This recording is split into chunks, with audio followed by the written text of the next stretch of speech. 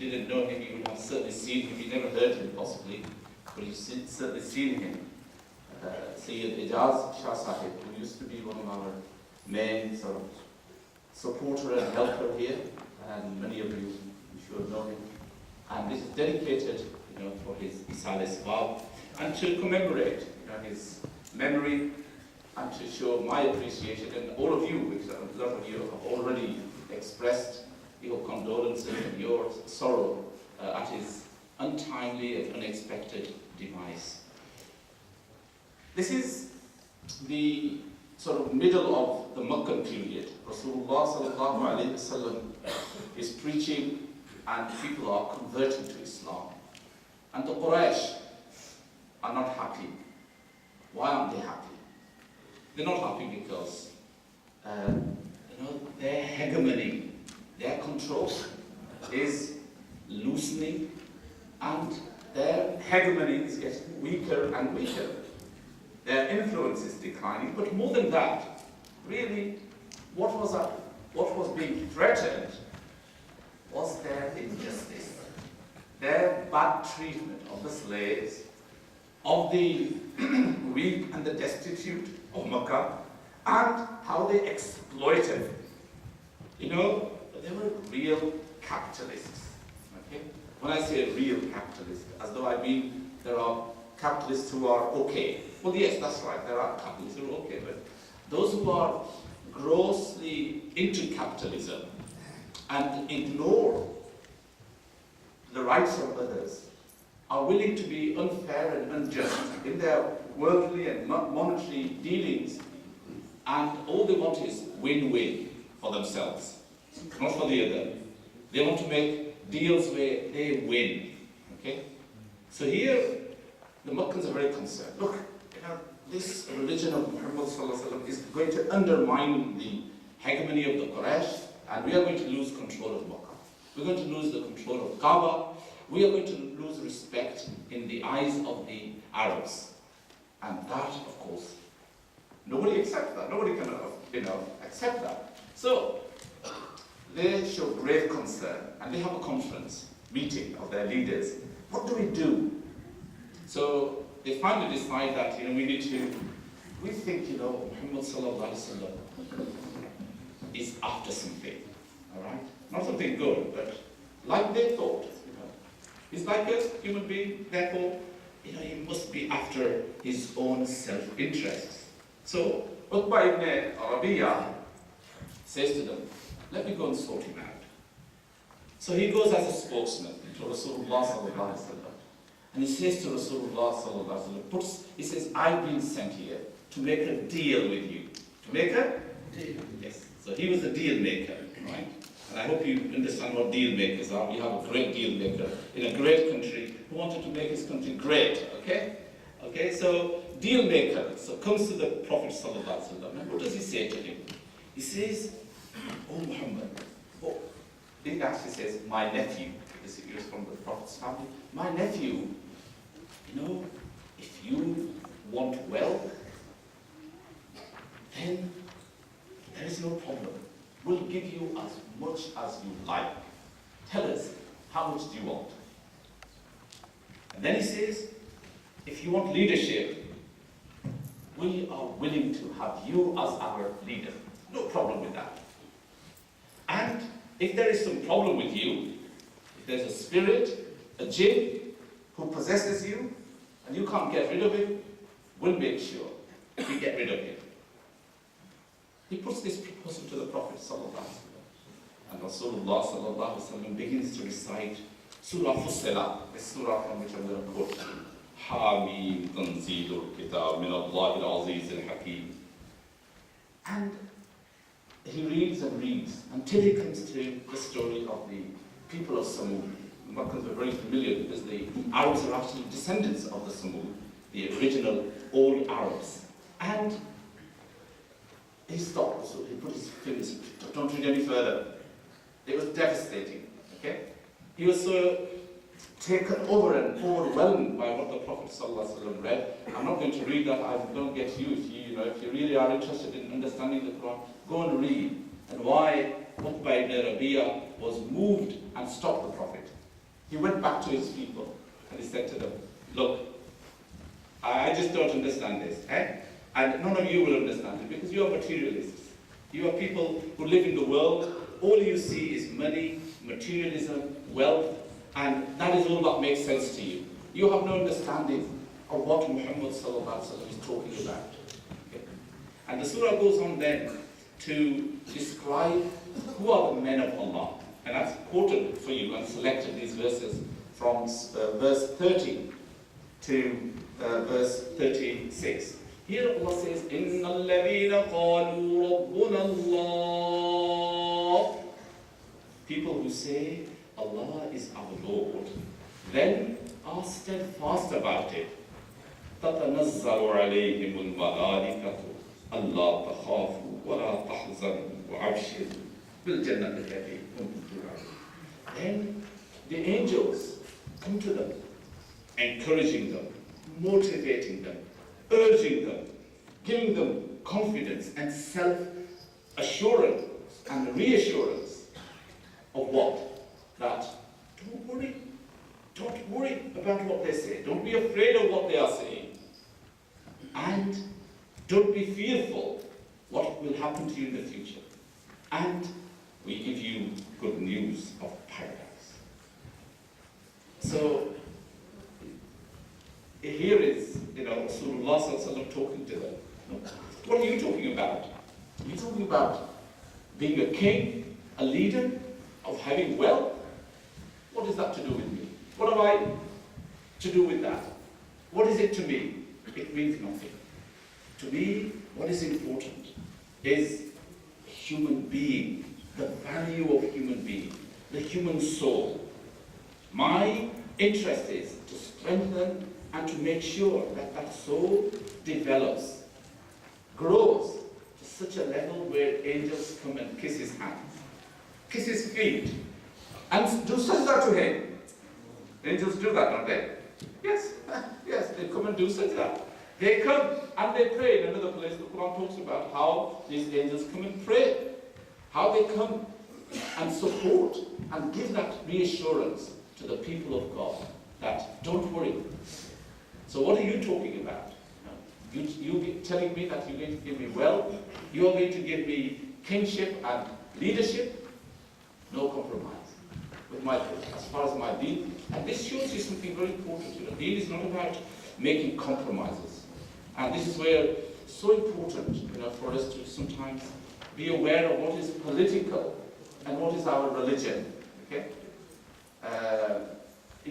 Our deen is not something that we can make compromises on, and we can listen to any kind of compromise, as Rasulullah here totally rejected that.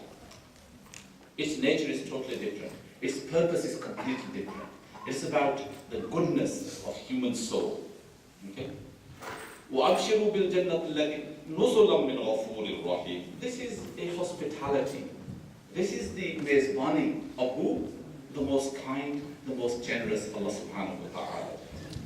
And then the section continues, وَمَنْ أَحْسَنُ قَوْلًا مِمَّنْ دَعَا إِلَى اللَّهِ. This is the man of God. He invites, who can be better than him, who invites people to Allah? How does he invite people to Allah?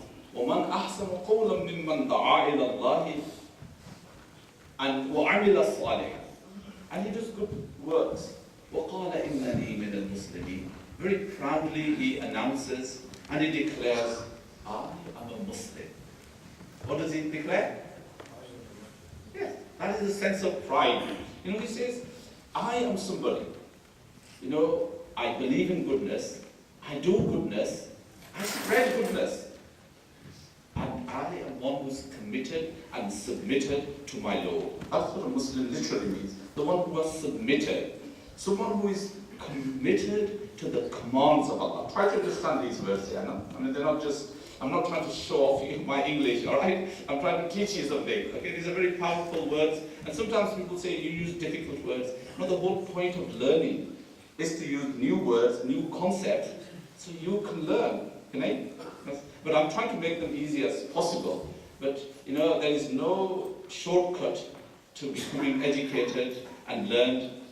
than to read and to learn, to be honest. And something which we Muslims are now forgetting, because the dunya is taking over us, really. Like the people of Makkah and the Quraysh, we are now being, really overwhelmed by the world. We are succumbing to its calls.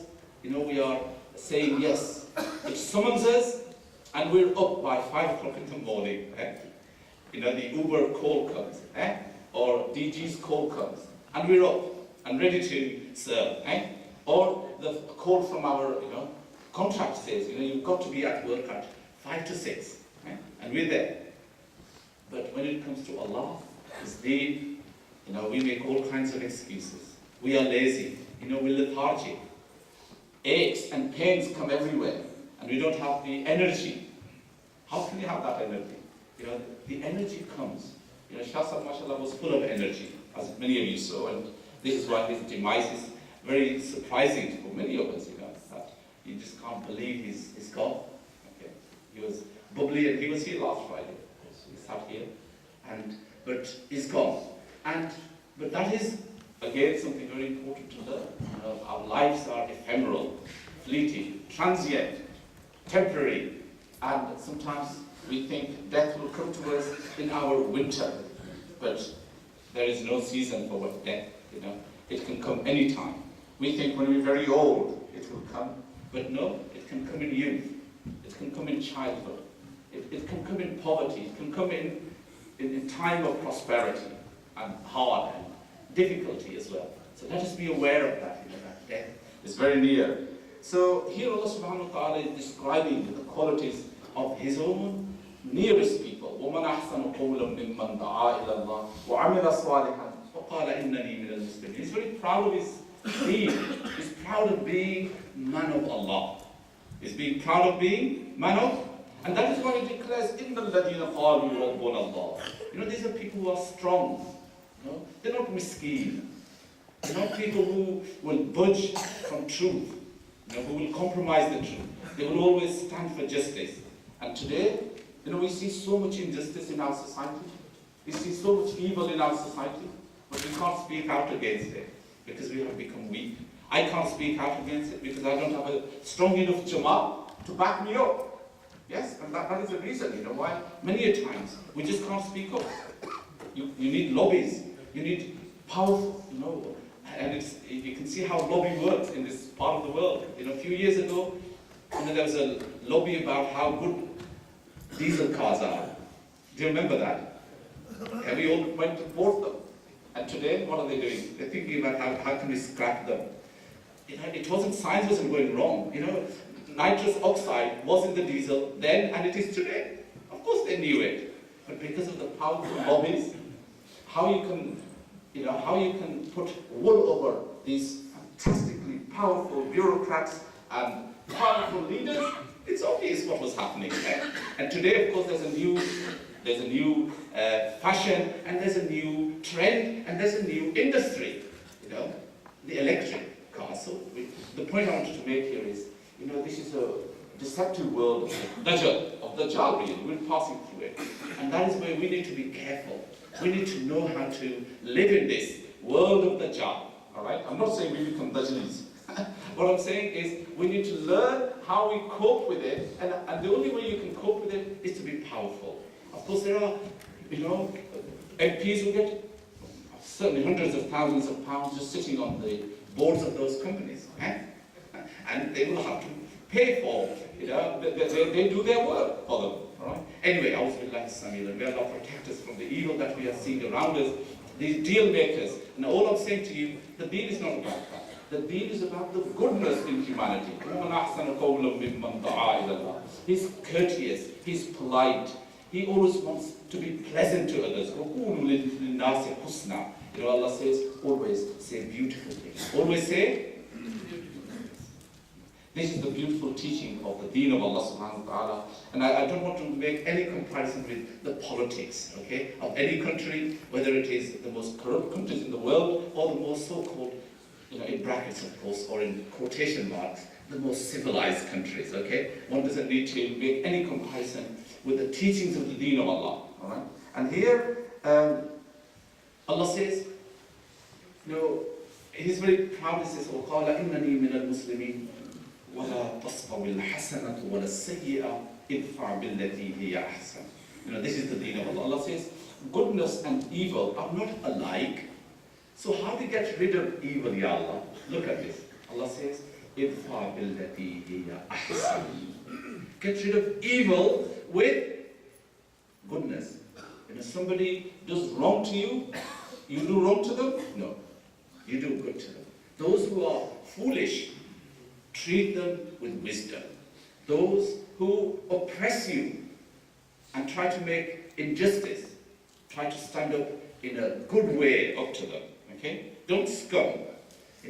Don't let them walk over you as a rug mat, but do it in a good way. That's the point. The point is, you don't return evil with evil. Now tell me, which political system tells you that? Right? Which legal system tells you that?